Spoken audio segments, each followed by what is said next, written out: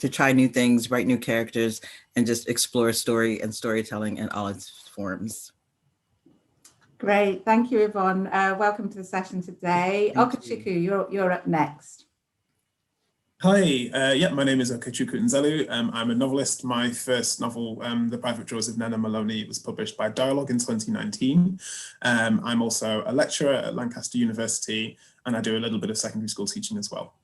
And Nima, I'll hand over to Nima now. I am Nima Shah.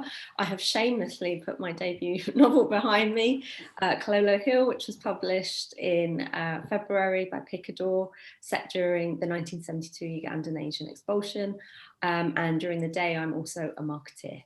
I guess I will hand over to Pragya. Thank you so much, Nima. And I think I'm frozen completely. So, and I'm the one here with the messiest background. And I am an author. I used to be an academic, full-time academic in US and UK universities. And I'm a behavioral and data scientist. And my first book, Sway, came out last year. And there was another one with Dialogue. And my next book's coming out in June called Motherhood on the Choices of Being a Woman. Thanks. Thank you. Great, welcome. Great to have you all here. So Chimanada Ngozi has warned against the danger of the single story. In her 2009 TedTalk, she called on us to embrace multiple narratives as a way to create deeper empathy and cultural understanding.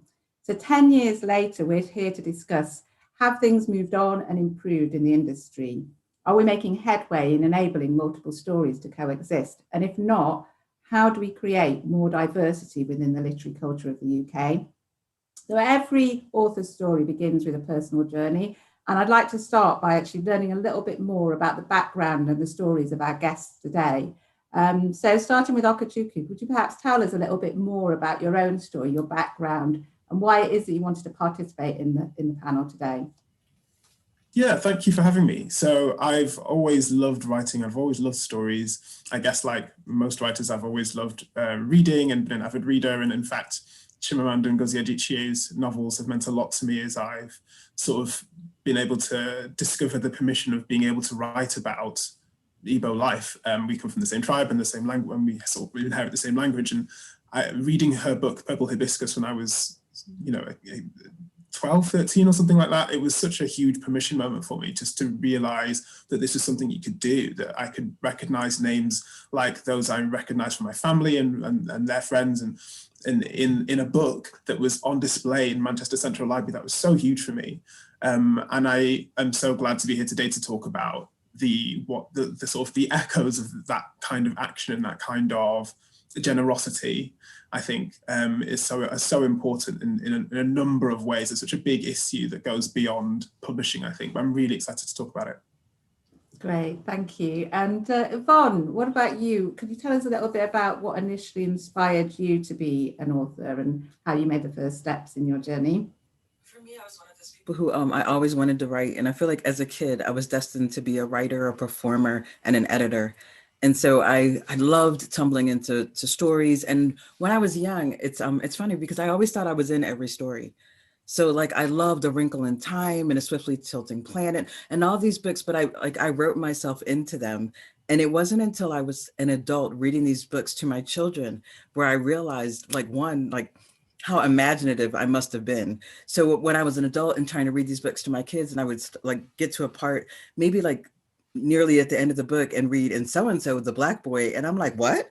They're not all Black? It was just like, I don't know what that was, but I know I wouldn't do that to my kids. So I was reading books to them and they weren't in them included in ways that were meaningful. And so I'd find myself writing and editing other people's books and stories so that my kids felt welcome and included. And also, so I felt like, wow, I spent my money on this and and so I was writing as a kid. I never thought I couldn't write. I always thought every story included me. And then as an adult, when I had already kind of thought, well, I'm not going to write, I'm going to do these other things and raise a family and afford them, then it was kind of like, no, you have to write, because my gosh, who's writing for your kids? What are they, what stories are they seeing? So for me, it was about kind of writing my kids into it. Although my first book, Remembered, which I was the only one who didn't talk about my debut novel, which is also published by Dialogue Books. But for Remembered, for me, one of the one of the things I really had to, one of the reasons that compelled me to write that was because I needed people to know at the end of the day that we all have stories worth telling and that we're all individuals and you don't know our story until you ask us. And for children, I write for that same reason though, for them to be included and see themselves represented on the page. Thank you. Pragya, so you've got quite a unique take on this in that you're both an author, but also you're a behavioural scientist as well. So I'd be really interested to hear a little bit more about your journey as an author, how you became one, but also why you agreed to take part in this panel today. Yeah, thank you. Thank you for having me. Really interested to hear other people's stories, other authors, and how we're trying to bring representation through diverse stories. For me, I grew up in India, so there's always this kind of notion that you're fighting against this gender inequality where all the girls or all the women are being homogenized. You have a certain role that's assigned to you. And then when I came here as an immigrant, as a single parent, I always kind of felt like I was grappling against these labels that are assigned because you're put into a box. And I felt like, again, like Yvonne, a lot of the books I was reading weren't really representing my children when I was reading to them, or even myself. So you were hearing only one kind of story. I was, of course, writing a lot academically, and my research was also in how technologies and information systems and everything is designed around a specific kind of norm, a standard, which is taken. And so everybody who is marginalized or in a marginalized community or on the fringes don't feel included. So I was working a lot on these kind of notions. So that's where my research was heading in that direction as well, about how we have different mental models of the world, but we are never able to articulate them, that we have different stories and different mental maps of the world. So my first book, Sway, Unraveling Unconscious Bias, kind of brought about my personal story, but my research in behavioral science and data science to say we all carry these biases. And unless we hear these multiple perspectives, we're never going to disrupt these biases and prejudices. And actually, I quoted that TED Talk that you mentioned in my book about the danger of a single story, because when we only hear a single story, we start believing that that is the only story that matters, that is the norm. And so all my work is kind of around trying to disrupt these norms and these standards, or what we assume as status quo, and to make sure that we hearing or talking about different kind of perspectives. Brilliant, thank you.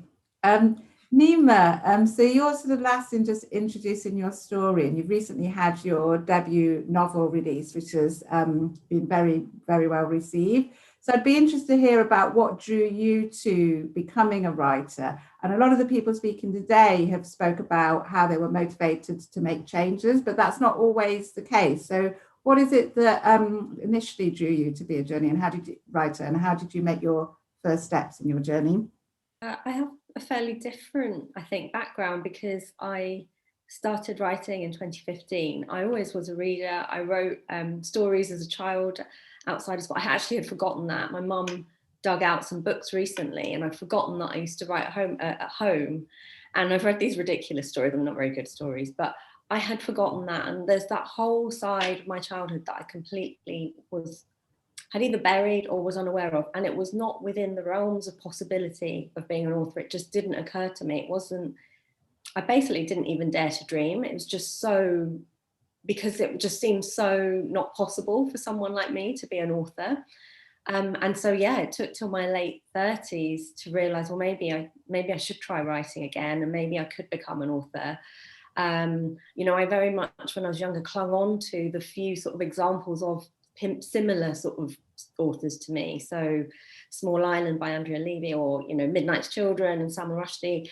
But even those books are very different to what I write about and who I am as the daughter of East African Asians. And it was very important for me to, and I'm going to completely misquote Toni Morrison now, but she talks about, if you can't see the book that you want, that yourself representing, you don't see the book that you want to read, you should write it. And that's ultimately what I wanted to do. And being able to hear from people that come from my background, people like my nieces who've never seen East African Asians represented in fiction, that's what has spurred me on, I guess, to write. And that's why it's so important to have these different stories. Thank you. So you've all made it, and you've become successful published authors. what has that experience been like for you? And are there, has it all been overwhelmingly positive, or are there particular challenges that you face? And I won't name anybody. I'll open that up for you to answer yourself. So would anybody like to jump in? What's the experience been like, and what's your biggest challenge that you faced? If I may start, I'll just, I felt like I came into publishing or this kind of, from academic writing, much like an outsider, because this is not something that was familiar to me. You almost feel like, I think when you feel like an outsider or you're part of a minority community, you almost feel like you should be grateful for the opportunities you're given. So you kind of dare not question anything or doubt anything, or you just feel grateful that you've been accepted, or you've got an agent, or you've got a publisher, or your proposal was like, then your book was published, and you just constantly feel grateful. But I think there's always a notion of what to do. I mean, it's not a very clear, transparent industry. So there are all these questions, and you don't know how things work, whether it's something that you should ask or not ask.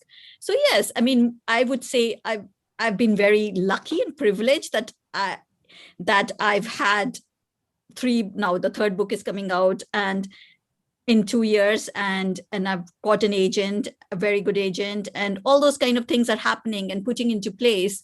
But there's always this notion that you're successful because of something, not because you're a good writer or something. So people would say, oh, your book is very popular because it fits a zeitgeist, or you're zeitgeisty, or you're just hitting a certain thing, or because you are a brown person and at the moment brown people are very fashionable or something like that. So it's always that kind of because, but all those kind of things that accompany any kind of success you see. And I think, yeah, so I'm rambling a little, but I think overall it's been a positive experience, but there's always this notion that a doubt whether your story really matters. So for instance, I would just give an example of the next book that's coming out. It's called Motherhood, and it's about it's a hybrid book about my memoir as a mother and all the infertility and fertility options, but moreover, a broader question of looking at womanhood and motherhood from an intersectional, inclusive perspective, because I felt like we don't hear many stories from brown women or Black women about their infertility journeys, or even the notion of race, how that affects that, but also trans people and all those kind of things. And we only hear motherhood memoirs from white women mostly. But it's been a struggle to, like, for instance, it was out in submission in US, and it's always like, oh, I've already got a motherhood memoir, or I've already got an Indian person on my books, or I've already we're publishing something about the uterus, so we can't publish this book, which is completely different. So it's always like you're put into a box. You're a woman, you're a brown woman, you're an Indian person, you're writing a book about motherhood, which is just homogenized. So I think that homogenization is always a problem. Yeah, I could really relate to that, and I'm wondering if anybody else would like to pick up on that. So it's great, there's this really kind of growing interest in diversity, but sometimes what comes with that is an expectation that you're going to conform to a particular stereotype. Does anybody else kind of experience that or face other challenges that they want to talk about? I mean, I had a bit more of a sort of lumping together, which I know happens quite a lot. So in my situation, you know, I applied to agents and had my fair share of rejections, but the worst one for me was where an agent said, oh, I like your writing, but I've tried to sell 2 books set in Africa before, and they didn't sell to publishers. And there is so much wrong with that comment, really, on so many levels. The idea that Africa is one homogenous place, a country, which it clearly isn't, and that, you know, all the stories are the same, and even if they, you know, if they are a certain type that they cannot sell, there's so many things wrong from that point of view. So yes, as much as the industry talks about diversity and being encouraging of that, it doesn't always play out. So yeah, I've definitely seen this sort of lumping together of stories, and also that it's just a myth, really. You know, clearly my book did sell to a publisher. It went to auction, in fact. So there is interest. There are readers reading it. Yes, it's a pandemic, so it's harder to get to those readers, but and there are lots of books, you know, set in different parts of Africa that have, I mean, Chimanada Ngozi Adichie is a good example of a very popular book set in a part of Africa. And that's what's really frustrating as much as anything, this idea that, oh yeah, we're welcoming the diversity, but actually it's quite hard, so maybe we'll just not bother with it. So yeah, that's been frustrating. Yeah, thank you. What's your experience been, Okechukwu? Yeah, I think it's very interesting, this whole issue of diversity. I feel very lucky to be with Dialogue Books, which is, explicitly inclusive in its sort of mission statement.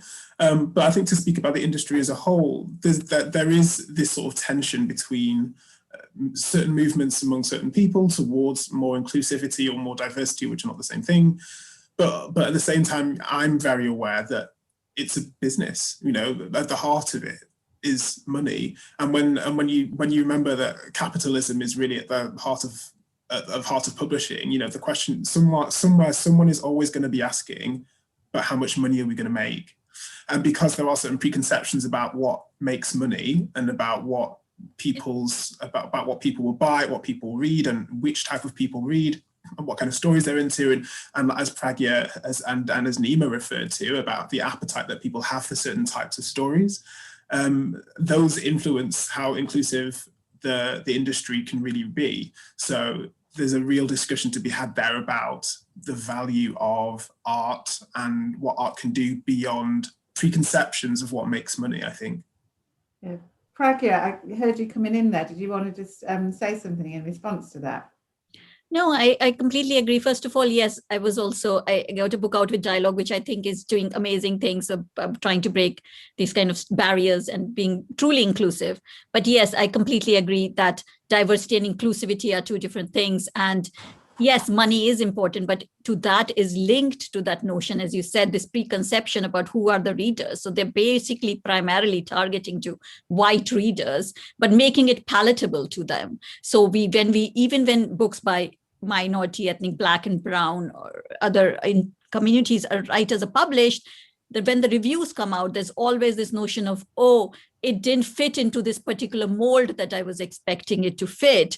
Or I don't think brown people act like that, or Black people act like that. So there's always this notion that, okay, this book will sell as long as you fit this mold, as long as it fits the expectations of what predominantly a white reader wants, I think. And that is the problem, that you're not truly trying to break those stereotypes in doing that. Completely agree. Yeah, I really recognize that. I remember being told, sometimes my characters are not Black enough or too Black. I think that's a very common experience. Nima, you're in your first or second year of having your debut novel out. Would you like to just say a little bit more about how that experience has been and whether you face any particular challenges? Yeah, I mean, overall, it's been really supportive, and it's been so moving just hearing people that, like I said, that come from backgrounds like mine and saying, oh my gosh, our stories are being written about, the language that we use at home, the foods that we eat, those sorts of things. Even talking about it now, I find it really moving, and I don't want to sit here and be, the one author that talks about those experiences, exactly as Pragya was talking about just now. We need to hear more of these different stories. Mine is just one, and there should be more of those. But yeah, in terms of challenges, I mean, just to sort of a little bit more on the Africa theme, I suppose. The other thing is we've been trying to sell abroad, and I've been told that books set in Africa, this was the word used, don't sell in Italy and Spain. People don't read them. These sorts of things are again, it's just a challenge because things are homogenized so much. So that has definitely been a challenge. What I did want to say, though, and picking up on something that Pragya was talking about, it's really difficult because on the one hand, yes, we don't want to just be writing within this very narrow sort of mold and only writing the sorts of stories that are expected of us. But I've also, on the flip side, found myself sometimes self-censoring recently in terms of, the stereotypes, and they're actually talked about in, in the speech in itself about what was stereotypically expected of us in terms of our stories. I've eaten 12 mangoes this week, but I feel like I can't really reference them particularly in my writing because people think, oh, it's just the exotic mango reference, things like that. And I have found sometimes the opposite happening in terms of feeling like you can't talk about the things that are truly yours because people think that that's the only thing that you are, and that's the danger of the single story, right? I want to be able to tell my historical stories and talk about the immigrant experience, but I equally want to hear and read about other experiences that maybe aren't about those things. So that's been a challenge. And the other thing I would say is that I'm, writing my second book, and it's set again in a historical period that is very well known in British history. But, and I was talking to an author ages ago about this story, and they said, oh, hasn't everything been written about that period? And that in it of itself is basically, yes, hasn't everything from a white perspective, because it was a white author who said it, been said about that period? And that is, again, these sort of narrow preconceptions of the stories that have already been told, and how many more stories are out there that people don't even realize. And that's quite frustrating sometimes. Thank you. Yvonne, I could see you laughing there. Do you want to jump in? And we've also got some really interesting questions coming from the audience, which I want to go to in a minute. When you were talking about, I guess, that idea of there's certain stories that people expect and certain stories that people, that challenge them, even if you want to tell them. And I know I guess there were a lot of authors or a lot of readers talking about like Black Americans writing about slavery, and that might be an expectation. And I think for me, like I wrote Remembered because I wanted to write Remembered. I wrote that book because there were characters that I wanted to see what might happen after the emancipation. And in the US, at least, we're not really having those conversations about how hard it is to find one another, or how, if you find someone physically, how hard it might be to connect emotionally, and that guilt and trauma. And I think there's a certain lens that slavery is, looked through. And then I guess there's that feeling that some people are like, oh, I don't want to read about that anymore, and I don't want to talk about that. And I'm thinking, good for you, but actually, I'm a mom. And for me, one of my greatest horrors would be not knowing where my kids are and not knowing that they're safe, them not knowing that I love them. Like every day I tell my kids I love them, in the morning and in the evening and any time in between. And that's so important to me, that if something happens and I die, or something happens and I lose all memory, I always want them to know, you know what, my God, she loved us. And so I wrote this book because I wanted to explore motherhood from that lens of people who were so limited, who had been stolen, who had been, physically and mentally and psychologically broken down, and what that might be like for them. So I felt like, I think there were some readers, and there will always be people who are like, I don't want to read that. And I'm thinking, okay, it's not for you. It's not going to be for everybody. But it was the book I 100% wanted and needed to write. And I'm so glad I did it. I also recognize I have more than one book in me. And so like my next book is inspired by Shirley Jackson's The Lottery, because I've always been curious, well, what might happen if that had been an all Black town? Because I don't know, like there's certain things I just feel like, you're going, what? You want me to stone like, one another, and what's in it for me? And like, just what might that be if it was people of color going, no, thank you. So, who knows?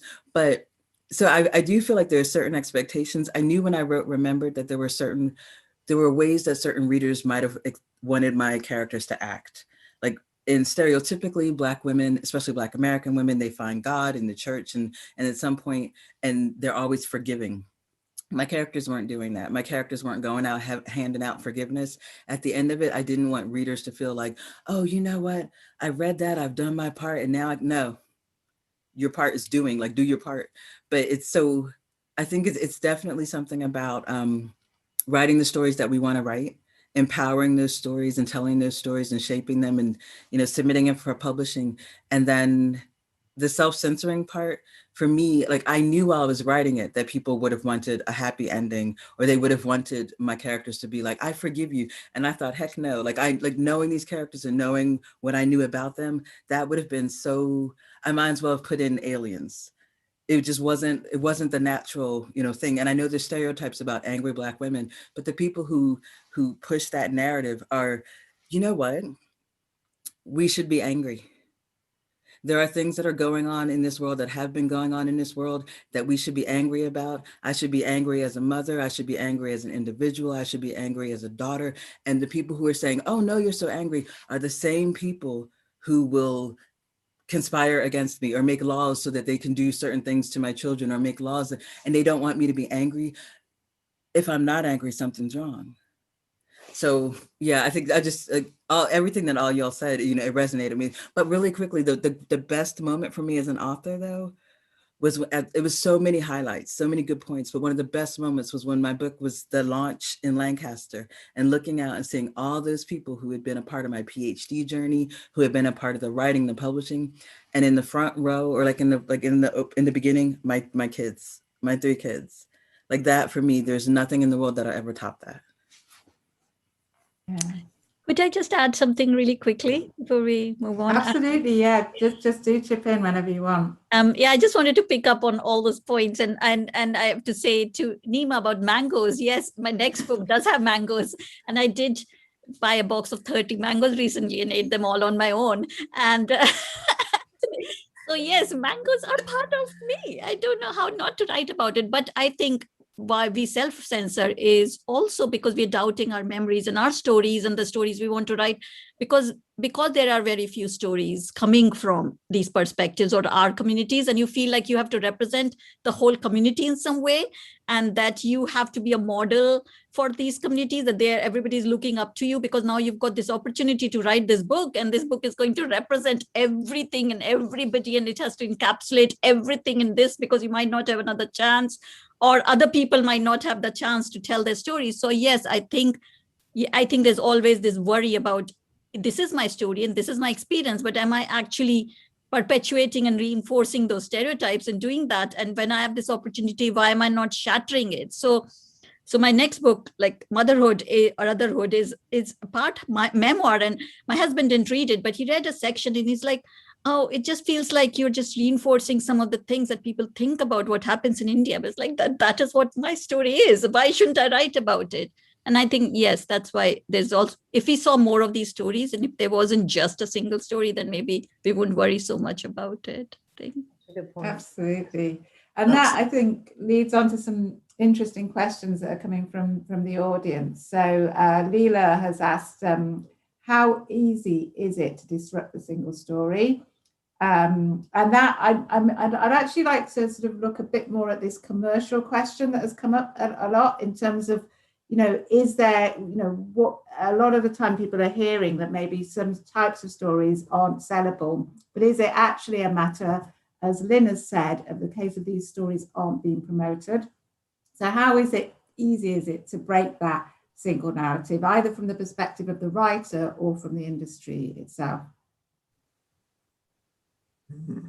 Or you write it, and then you so how easy is it? Nothing. One, if it was easy, we wouldn't be having these conversations now. But so I think the first thing is like writing it, and then maybe it means being creative about where you publish it. And so submitting it to the ones that, the publishers that you admire, the ones who maybe publish work that you want to read and work that you want to be published by, submitting it to them. And then if you get, I don't know what your magic number is for rejections, then you keep submitting it. And you remember, I think it's really important to remember that, maybe it's a challenge to get it published in the UK. So then also look to the US, or look around the world to publish things.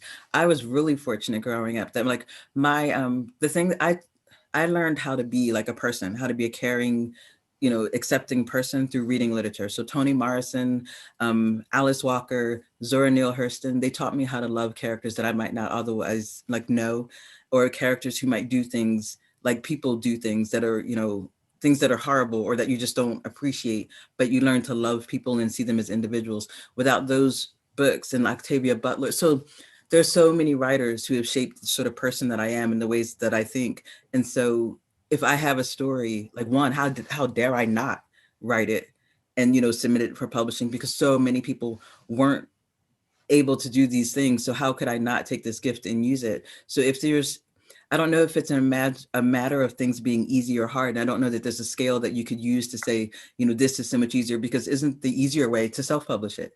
But so even then, there's not that barrier that it might appear to be. There's ways to get around, mechanisms. The promoting part, it's finding those communities that, that you want to reach, and whatever you have to do, right? Whatever way that you can do it. We're all online right now. And so, yeah, I think that the easy part of it is the part that I would struggle with answering, like easy or hard. But I mean, it's kind of the doing of the thing, and then the reaching audiences wherever they are and whenever they are. And just to chip in, I completely agree with everything Yvonne has said, and just to chip in, I guess to use a reference from the film industry, I think it's Viola Davis, the Oscar-winning actress, who talks about how for a white actress, winning such a massive accolade can have a massive impact on your career in terms of how much money you earn and what kind of roles you're offered, because that sort of accolade is a testament to your ability and, in a sense, to your worth, even in financial terms, perhaps especially in financial terms within that industry. But how for a Black actress it doesn't mean the same thing. So what's interesting is that sort of ceiling that you in theory break kind of remains there in a very real way, despite how much you've struggled and how much you've achieved. And I think to an extent that's also probably true of publishing. We are definitely in a moment now of a kind of increased awareness of the importance of inclusivity, but that doesn't necessarily mean that that big and permanent changes are being made. And also, I think we need to be aware that this moment has kind of happened before in certain ways. This is not the first time that people have called for diversity and inclusivity. This is not the first time this battle has been fought. And I guess my perspective is to try and remain, maybe optimistic isn't the word, but determined might be better, because of the flip side of that is, of course, well, if we fought this battle before, that means we've lost it before, or not won it as completely as it needs to be won. So I suppose for me, it's a matter of trying to keep my chin up and try and just push forward and hope that things like, Yvonne's like long listing for the Women's Prize, for Girl, Woman, Other winning the Booker Prize, that hope that things like that create a path, more of a path than there has been before. Yeah, I really love that idea of determinism, or being determined. And Pragya, I'm wondering, if we are being determined, how do we do that from a behaviourist point of view? Have you got any suggestions on how we actually break down the single story from a scientific point of view? Yeah, I mean, from a scientific perspective or from a personal perspective, I think if you're not determined, then, or if you're not optimistic, then what choice do we have? As others have said, I suppose that is really the only option moving forward, because it sounds cheesy, but I have children and I want them to inherit a better world. I want them to have a better world when they grow up, not the world that we are in. So it's our responsibility, collective and individual responsibility, to change and shift it. And I think we sometimes only look for facts that confirm our existing beliefs. We know that there is confirmation bias. And the more that we hear these different stories, the more that we talk about this, like we're doing now, the more people acknowledge and realize these issues, and the more we can shift the kind of standard way of thinking. So it's about disrupting that norm again and again and again and talking about it. And I also wanted to say that when we talk about inclusivity and diversity, I don't think it's just the authors that we should be talking about, it's the whole industry. Because even if I write a book, or I get an opportunity to write a book which tells a different story or my perspective, if my editors are not on board, or if they don't understand that cultural context, how am I going to get that through, So you have to fight every battle every time. No, this word stays in here. I don't want all the Hindi words italicized, because I don't want that. And so that's a battle that I fought. I was like, I don't want them italicized. I'm not going to put every explanation in the footnote, because people will find out if they need to. I don't want to assume that the writers or readers are only come from a particular cultural context. They might be readers who understand Hindi. If not, they can do the work while reading a book and going and find out the meaning if they really want to. And that's how we stop people being othered in writing as well. I think so. That has to go through the industry. These practices have to change as well, about what, even if you write, you're writing as an other because you include a different language in it, or Hindi or any South Asian language or other languages. So I think those kind of things have to be taken on board as well. Yeah, I absolutely agree. This is an industry challenge, and I'd be keen for one of the panel members to pick up on that in terms of, what is your assessment of where the publishing industry is today, and where are the sticking points, and what do you see as the main challenges within the industry? I think it is, there definitely is, to pick up on Pragya's point, that it is as much about all of the different people within the industry and the work that needs to be done there.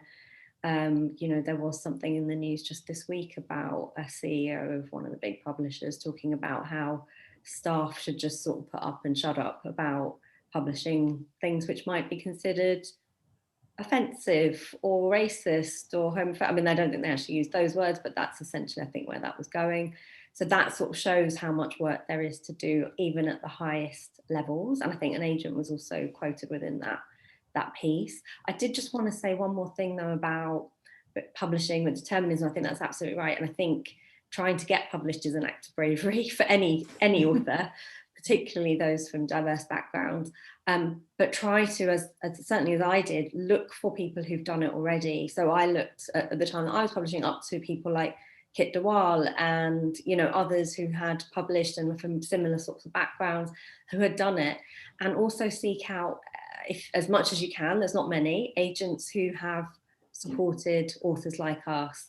The publishers, particularly the likes of Dialogue, have obviously done an amazing job, but there are others, you know, Picador, I think, has always been supportive of diverse backgrounds, and there's work to do amongst all the publishers for sure, but some I think are more supportive than others. So try to look and seek out those little beacons of light, because they are there in the industry. That's not to say there is a lot of work to do, and all we can do is keep speaking up about these things, about these challenges, and hope that the industry sort of speeds up a bit, because there's a lot to do, and we've been talking about this for a long time, as others have said, and we need to sort of just keep going. And if I could sort of add to that, sorry, I was just thinking, I was really impressed by the UK's commitment to research. So I feel like since I've been here, there've been like year after year, there's studies around the lack of diversity in publishing, both as in terms of people working in publishing and also in terms of like children's books, especially, and the lack of diversity in terms of like the characters being published.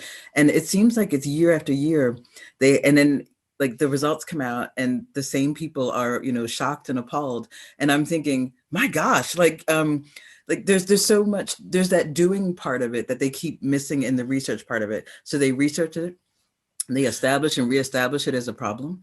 And then there's even solutions, like you know, every time there's a research on it, there's solutions that you know, the researchers have come up with, like this is how you fix it, boop, boop, boop, boop, boop. And then 2 years later, these are the same. And I'm like, oh my God, like I've never seen so much commitment to research in my life. And what I'd like to see now, I think that challenge that they should find themselves in is that commitment to doing, to being as, you know, as entrenched and committed to doing something and making changes as they are to finding out what the problems are and articulating them in a certain way, and then doing absolutely nothing about it. I've never seen anything like it.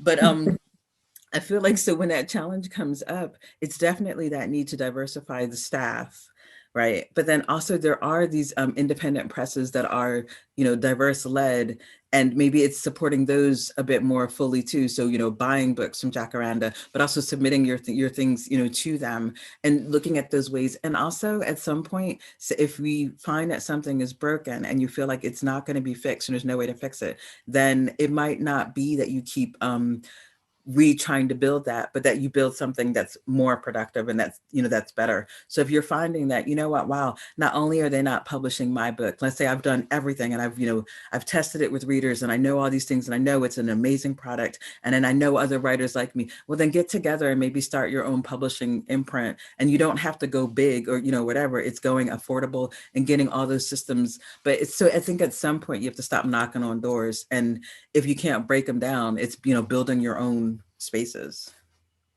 Yeah, and I agree, and I think that you know, you mentioned having diverse workforces within publishing, and I think that's so important. And in terms of just the people who make it to that point of working in like I've worked in publishing for a few years before I was a writer, and I obviously now I'm a published novelist, I've also taught secondary school for about 6 or 7 years. So what's interesting for me is seeing how far back the sort of disenfranchisement of black and minority ethnic people in this country goes. The fact that, you know, that what Michael Gove did to the education system, sort of Victorianizing the reading lists at GCSE. And, you know, I love Jane Eyre. I specialized in the Victorians at university. I love that sort of period. But at the same time, I think that when we artificially sort of create that laser focus on quite a narrow thing, we we sort of rob children of what they are entitled to. You know, why aren't they reading a wider range of stuff at that age? If we are going to sit kids down and say, you have to take an exam on books and you have to be able to know poetry, well, at least we should be able to give them like a really rich diet of that, so that whether they go and do it for A-level university and become writers, or whether they never ever formally study literature again, they at least leave with a sense of, okay, there's a lot out there which I can go and explore in my own time. Because one of the things we do find is that every child's education happens at a different pace. So some kids might be like, right, I'm 16 and I know I love books and I know I want to study formally in A-level university and all that. And some kids will never touch a book again until the age of maybe 25. And then they'll be like, oh my goodness, I love this. Why wasn't I doing this before? This is my time now. And I think we need to equip people with much more than that, because really all of that sort of crisis, really, if you like, runs into all sorts of things, including publishing and other media industries. Because if we don't make people feel included and valued very early on, how on earth are we going to get to the stage where we have an industry that echoes out a message of inclusivity and valuing a really diverse range of people when they're older? So picking up on that question of starting with young people and thinking about how we support emergent writers, you know, there's someone from the audience who is asking, how easy or hard was it to get to be signed by a literary agent? I'm wondering if we can broaden that question out. So if you know, if there are members in the audience who are struggling to get published or to get started, what's the advice that you give them? And Yvonne's already given some great advice, but I'm just wondering if each of you has some tips or advice that you can give to people within the audience. I think personally, so my first book was unagented. It was with Bloomsbury, but I didn't have an agent. And then actually when I thought, oh, I might have another book in me, somebody said you need to get an agent because you don't know what you're doing, basically. You have no idea of the contracts or anything. And if you want to like build a career like this. And I think for me, it was really important that my values and my ethos are echoed in the agent. So I looked at all the agents' biography, I looked at their book lists, I looked at their list, and I thought about how they are they inclusive in true sense? Are they publishing different kinds of books? Who are these people? So I made a list. So I think first of all, you need to think about also whether an agent will accept you, but also think about what you really want in an agent as well, not just from the other perspective. So you should have questions for agent as well if you get to that stage. Think about why you're submitting to a particular agent, not just like submitting to anybody. I know we want to, but later on it might be really problematic if your values and ethos don't align with each other, if they are perhaps have some homophobic, transphobic views or something like that. And if they're not interested in women's stories, if they're not interested in stories of a particular kind. So I always say that think carefully about who you want to work with, because it's not exactly like a relationship, like a marriage, but it is a little bit. Yes, you can break away with them and find another one, but it should be that you're on the same page, really, moving forward. Think about how much support you need. Do you want somebody who's very hands-on editorially, or not? Because agents work in different ways as well. So if you get to that stage, I think those questions are really worth asking. For me, for instance, I submitted to around 8 or 9. One person said, I already have an Indian agent on my book. So, well, thank you. Fine. Because all Indians write the same kind of books. But I got like 5 offers. And so then I had to think about who I wanted to go with. And so those are the questions I wanted to ask them about. How do they work? Do they use telephone? Do they just communicate by email? Are they really have so many authors on the list that they wouldn't be able to give me attention? Are they only focusing on a certain authors? All those kind of things. Which publishers are they working with? So those things are really important. So I suppose doing some research is really important. First of all, about which agent you're submitting to. They all have web pages. They all have author list on there. They all have list of books which they like. Don't just submit to anybody, because then that rejection is not personal. That rejection is because you didn't have a good match, and that might still hurt, but it wasn't a good match to start off with. So those are just some of my personal views, but I'm sure other I people. like to also, just picking up as, so there's this idea we can find the right people to represent us, which is really important, and making sure what we're doing, you know, the people who are representing us align with our own ethos. And as well, Yvonne also suggested that we might start self-organizing, setting up our own publishing companies, our own agents. So, and what do people think about that? To what extent should we, as a Black community, as a diverse community, be setting up our own initiatives in schools, our own agents, our own publishing companies? Is this something we should be doing, or should we be looking to change the publishing industry as it is? Yeah, just before I answer that question, actually, I was just going to say I've written 3 long blog posts on finding an agent. So if anyone wants to go onto my website, sorry, I don't mean to plug it, but actually there is a lot of helpful information on there. So definitely have a look at that. But on that point, I mean, I think it is absolutely right that yes, we maybe do need to build our own sort of infrastructure, but I do worry about that being the sole solution, because then what you're obviously doing is ghettoizing, sorry to use that word, but I think in that instance you would be ghettoizing. And I think then the mainstream publishers think, oh, well, that job's being done and we don't have to do anything. And that is really worrying, because ultimately they are the people that are getting more authors out than anyone else. And so I think it needs to be a combination, but I just think that to be quite honest, all the big publishers need to take a bit more responsibility for being more diverse, alongside other things that we can do, where we will have, you know, there's the Good Lit agency, for example, who Good Literary agency, I should say, who specifically only represent underrepresented writers, as an example. So they are an example of an agency you might want to look at if you're struggling with some of the other agents. Yeah. Has anybody else got any thoughts on that question of should we be self-organizing, or should we be insisting that the mainstream changes, or doing both?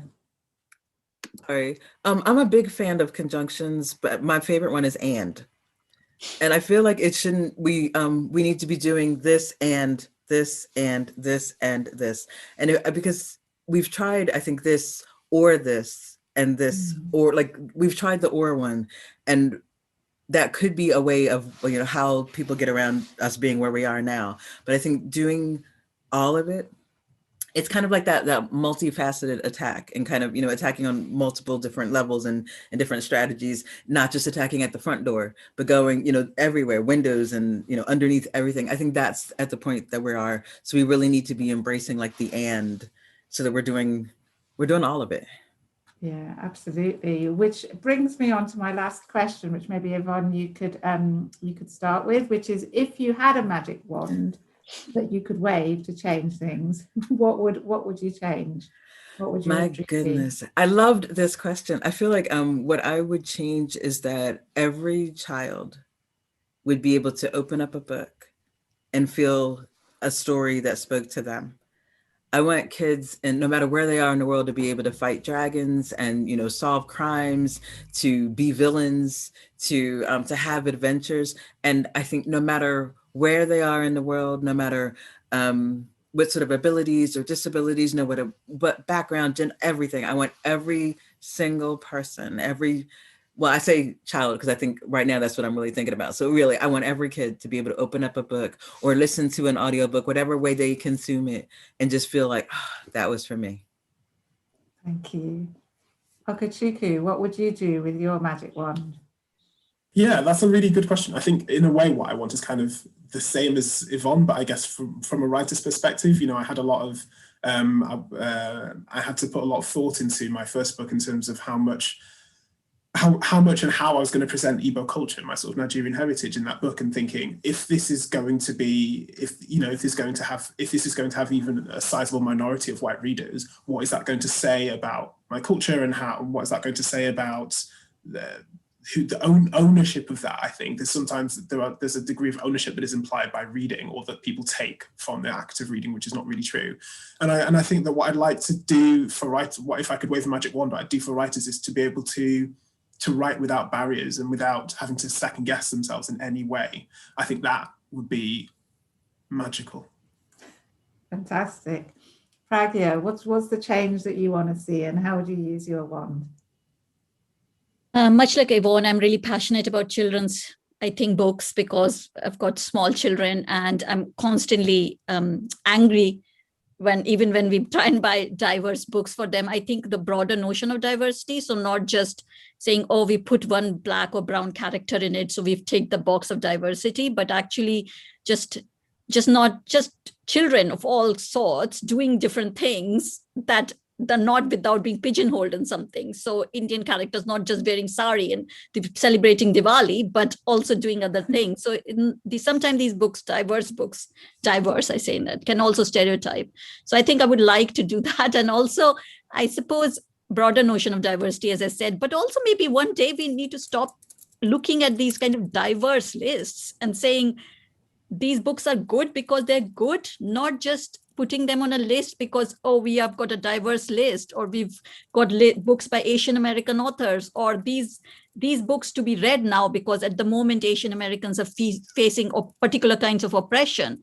These books should be read all the time, and these books should become part of the narrative. These books should be valued for how good they are, not just because the author is a diverse author. So one day that I hope that can happen. Yeah, I 100% agree with that one. And Nima, what are you going to do with your wand? Just very quickly, I mean, I'd say that the industry stopped making assumptions, sort of linking back to what I was saying earlier about what people want to read and what should be published. I think that is the big thing for me, and actually start really listening, not just doing research as Yvonne was talking about.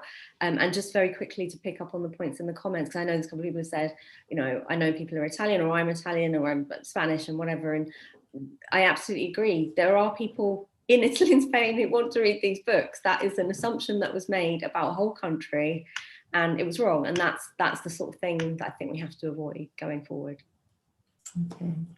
Well, very sadly, we're coming to an end now. So I'd like to say a huge thanks to the panel and to the audience. And I hope wherever you are, you're out there telling your story and fighting the case for your voice and your story to be heard. So have a great Saturday. It's May Day. Get out there and enjoy the spring and the rest of the conference. Thank you very much. And